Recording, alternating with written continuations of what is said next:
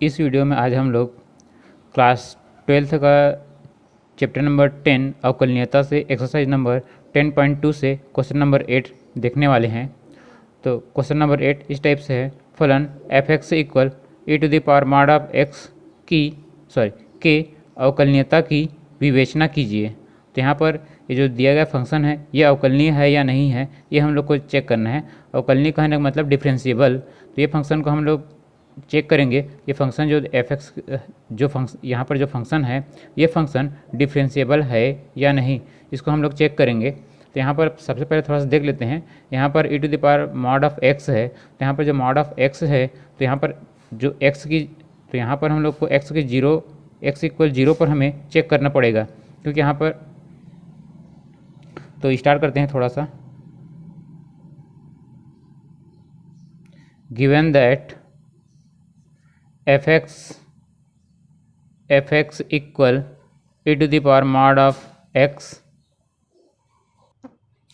जैसे यहाँ पर mod(x) है, तो यहाँ पर क्वेश्चन में डायरेक्ट नहीं शो किया है कि यहाँ पर किस पॉइंट के लिए हम लोग को अवकलनीयता की जांच करना है। तो हम लोग यहाँ पर कंफर्म कर लेते हैं किस पॉइंट के लिए हमें चेक करना है। जैसे किसी फंक्शन में, अगर कोई फंक्शन में इस टाइप से दिया है mod(x) इक्वल, यदि कोई फंक्शन जो मॉड वाली फॉर्म में है, जैसे mod(x-1) है, तो यहाँ पर अगर हमें अवकलनीयता या सांतत्य के लिए हमें चेक करना है तो किस पॉइंट पर चेक करना है, इसके लिए हम लोग जो मॉड के अंदर जो वैल्यू होते हैं उसको हम लोग 0 के इक्वल ले लेते हैं। तो x-1 इक्वल 0, तो यहाँ पर x इक्वल 1 मिलेगा हमें। तो यहाँ पर जो इस टाइप का जो फंक्शन होगा उसके लिए हम लोग को x इक्वल 1 के लिए हमें चेक करना पड़ेगा। तो हम लोग के पास जो वैल्यू है मॉड की में जो वैल्यू है वो mod(x) है, तो इस x को हम लोग 0 के इक्वल लेंगे। मॉड की अंदर की जो वैल्यू है, इस वैल्यू को अगर हम लोग 0 के इक्वल लेंगे तो इस टाइप से मिलेगा x इक्वल 0। तो हम लोग यहाँ पर x इक्वल 0 के लिए हम लोग चेक कर सकते हैं यहाँ पर।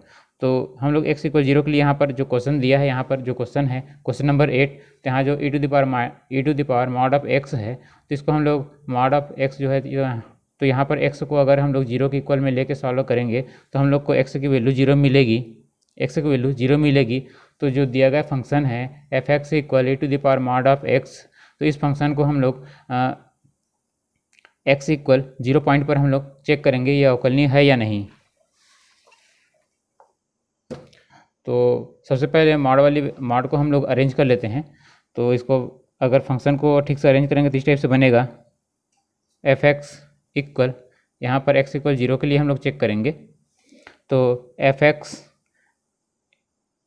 हम लोग को पता है कि मॉड की वैल्यू एक बार माइनस में मिलती है और एक बार प्लस में मिलती है, तो e⁻x एंड e⁻+x मिलेगी। तो यहाँ पर ये जो वैल्यू है ये x इज़ लेस देन 0 के लिए है, और ये जो वैल्यू है ये x is greater or equal 0 के लिए है। अब ये जो वैल्यू है e⁻x जो है, ये लेफ्ट साइड के लिए हम लोग सॉल्व करेंगे तो ये वाली वैल्यू लेंगे, और राइट साइड के लिए सॉल्व करेंगे तो ये वैल्यू लेंगे, या x इक्वल 0 के लिए सॉल्व करेंगे तो यही वैल्यू लेंगे हम लोग। तो स्टार्ट करते हैं अब हम लोग। अच्छा, एक बात और बता देता हूँ कि ये जो फंक्शन है e⁻x, ये x इज़ लेस देन के लिए ये ये परिभाषित है, डिफाइंड है, और यहाँ पर e⁻x जो है वो x इज़ ग्रेटर देन 0 के लिए भी डिफाइंड है, और ये e⁻x जो है वो x इक्वल 0 के लिए भी डिफाइंड है।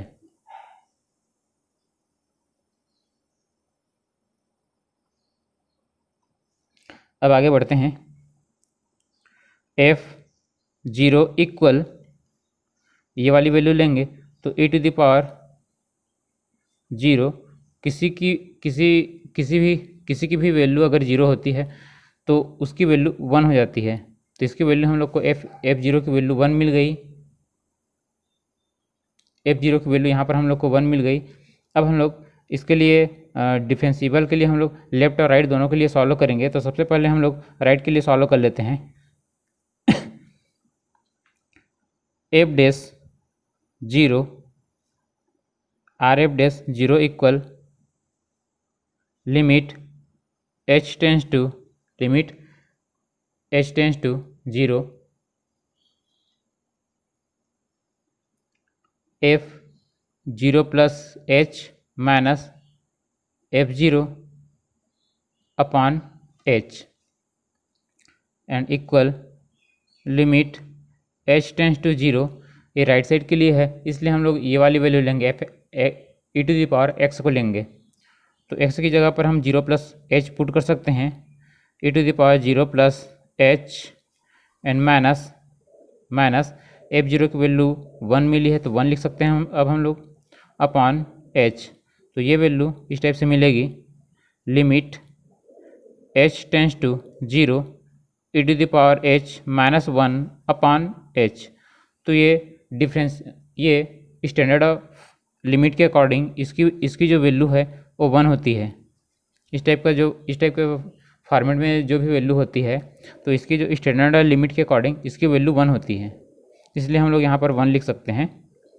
अब इसी टाइप से अब हम लोग लेफ्ट हैंड के लिए हम लोग निकाल सकते हैं, LF डैश 0 के लिए equal limit h tends to 0 f0 minus h minus f0 upon minus h।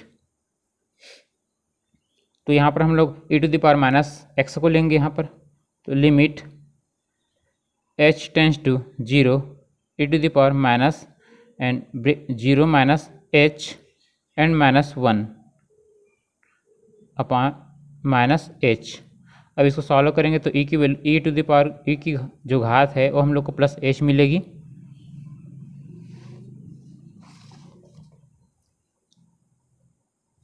तो यहाँ पर हम लोग लिख सकते हैं limit h tends to 0 e to the power h minus 1 upon minus h। अब यहाँ माइनस h से हम लोग माइनस बाहर माइनस कॉमन ले लेते हैं, तो यहाँ पर हम लोग को मिलेगा, यहाँ से माइनस हम लोग बाहर रख लेते हैं, तो minus 1 limit h tends to 0 e to the power h minus 1 upon h। तो इसकी भी वैल्यू स्टैंडर्ड लिमिट के अकॉर्डिंग इसकी भी वैल्यू 1 होगी, तो माइनस 1 इंटू 1, तो यहाँ पर हम लोग को वैल्यू मिल जाएगी माइनस 1। तो यहाँ पर देख सकते हैं हम लोग राइट साइड की वैल्यू जो है वो प्लस 1 मिली है और लेफ्ट साइड की जो वैल्यू है ये माइनस 1 मिली है, मतलब दोनों वैल्यू इक्वल नहीं है, इसलिए हम लिख सकते हैं R F dash 0 does not equal L F dash 0। मतलब दिया गया जो फंक्शन है वो अवकलनीय नहीं है, मतलब लिख सकते हैं F x is not differentiable, इस टाइप से लिख सकते हैं F x is not differentiable. अब हम लोग एक क्वेश्चन और सॉल्व कर लेते हैं, क्वेश्चन नंबर 9। क्वेश्चन नंबर 9 देखते हैं। तो ये क्वेश्चन इस चैप्टर का लास्ट क्वेश्चन है। क्वेश्चन नंबर 9, माना कि f x equal m x plus c और f0 equal F dash 0 equal 1, मतलब इन दोनों की जो वैल्यू है ये 1 है, तब हम लोग को f2 की वैल्यू ज्ञात करना पड़ेगा। तो स्टार्ट करते हैं सॉल्यूशन। अब solution,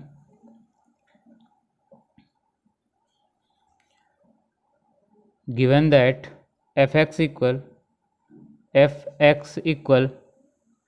M x plus c. अब यहाँ पर हम लोग को m और c की वैल्यू ज्ञात करेंगे, हम लोग m और c की वैल्यू हम लोग ज्ञात कर लेंगे, उसके बाद यहाँ पर पुट करेंगे, फिर हम लोग को f2 की वैल्यू ज्ञात करने में प्रॉब्लम नहीं होगी। तो सबसे पहले हम लोग m और c की वैल्यू पता कर लेते हैं कि m और c की वैल्यू कितना है। तो स्टार्ट करते हैं यहाँ से, f0 equal F dash 0 equal 1 है। तो यहाँ से हम लोग को f0 की वैल्यू इस टाइप से मिलेगी, f0 इक्वल इस इक्वेशन के बेस पे m ब्रैकेट 0 प्लस c। तो f0 की जो वैल्यू है ये 1 है, क्वेश्चन में पहले से दिया है कि f0 इक्वल 1 दिया है, इसलिए हम लोग इसकी जगह पर 1 पुट कर सकते हैं और यहाँ पर इन दोनों को इंटू करेंगे तो 0 मिलेगा और प्लस c। तो यहाँ पर c की जो वैल्यू है ये 1 हो गई, तो c इक्वल हम लोग को 1 मिल गया, c इक्वल 1 मिल गया। अब हम लोग को m की वैल्यू चाहिए, यहाँ पर एम एक्स प्लस सी है तो c की वैल्यू तो मिल गई। अब हम लोग सी की वैल्यू मिल गई। अब हम लोग को एम की वैल्यू चाहिए। तो यहाँ पर एफ डैश 0 है, तो यहाँ पर एफ डैश 0 है, तो हम लोग एफ डैश 0 की वैल्यू पहले निकाल लेते हैं। तो यहाँ पर हम लिख सकते हैं f dash 0 equal limit h tends to 0 f 0 plus h minus f 0 upon h equal limit h tends to 0। तो x की जगह पर हम लोग 0 प्लस h लिख सकते हैं। तो m 0 plus h minus plus c minus f0 की वैल्यू 1 है, इसलिए हम लोग -1 लिख सकते हैं upon h equal limit h tends to 0। इसको सॉल्व करेंगे तो हम लोग को मिलेगा mh plus c minus 1 upon h। तो c की वैल्यू 1 है, इसलिए हम लोग यहाँ पर 1 पुट कर सकते हैं। c की वैल्यू हम लोग को 1 मिल गई है। तो limit h tends to 0 mx plus 1 minus 1 upon h। ये जो 1 है ये c की वैल्यू है, ये वैल्यू c की वैल्यू है। तो अब हम लोग को मिलेगी value limit h tends to 0 mh upon h। तो यहाँ से हम लोग को वैल्यू मिल जाएगी m, h और h कैंसिल होगा, तो ये वैल्यू मिल गई हम लोग को m। तो ये जो वैल्यू है ये f डैश 0 की वैल्यू है। और क्वेश्चन में पहले से दिया है, क्वेश्चन में दिया है वैल्यू दिया है सिंस, क्वेश्चन में जो वैल्यू दिया है वो है सिंस f डैश 0 इक्वल 1 और इसकी वैल्यू m है, इसलिए ये हो जाएगा m इक्वल 1। और हम लोग को पहले से एक वैल्यू मिल गई है, c की वैल्यू मिल गई है, c इक्वल 1 मिला है। तो इन दोनों वैल्यू को फंक्शन में हम लोग पुट करेंगे तो हम लोग को इस टाइप से मिलेगा। फंक्शन इस टाइप से है since f x equal m x plus c है, ये क्वेश्चन में दिया गया फंक्शन है। तो इस फंक्शन में हम लोग m और c की वैल्यू पुट करेंगे तो यहाँ पर मिलेगा 1 इंटू एक्स प्लस 1, तो ये हो जाएगा x प्लस 1। ये एफ एक्स की वैल्यू हो गई, एफ एक्स की वैल्यू हो गई, एफ एक्स की वैल्यू यहाँ पर x प्लस 1 हो गई। और हम लोग को f2 की वैल्यू याद करनी है, तो x की जगह पर हम लोग 2 पुट करेंगे। f2 इक्वल 2 प्लस 1, तो यहाँ जो वैल्यू मिलेगी ये हो जाएगी 3। तो इस टाइप से अब हम लोग को f2 इक्वल 3 मिल गई। तो यही हम लोग को याद करना था। तो लास्ट आंसर हम लोग लिख सकते हैं m equal 1 and c equal 1 and f2 equal 3। यह होगा हम लोग का आंसर। और इस टाइप से हम लोग का चैप्टर नंबर 10 कंप्लीट होता है।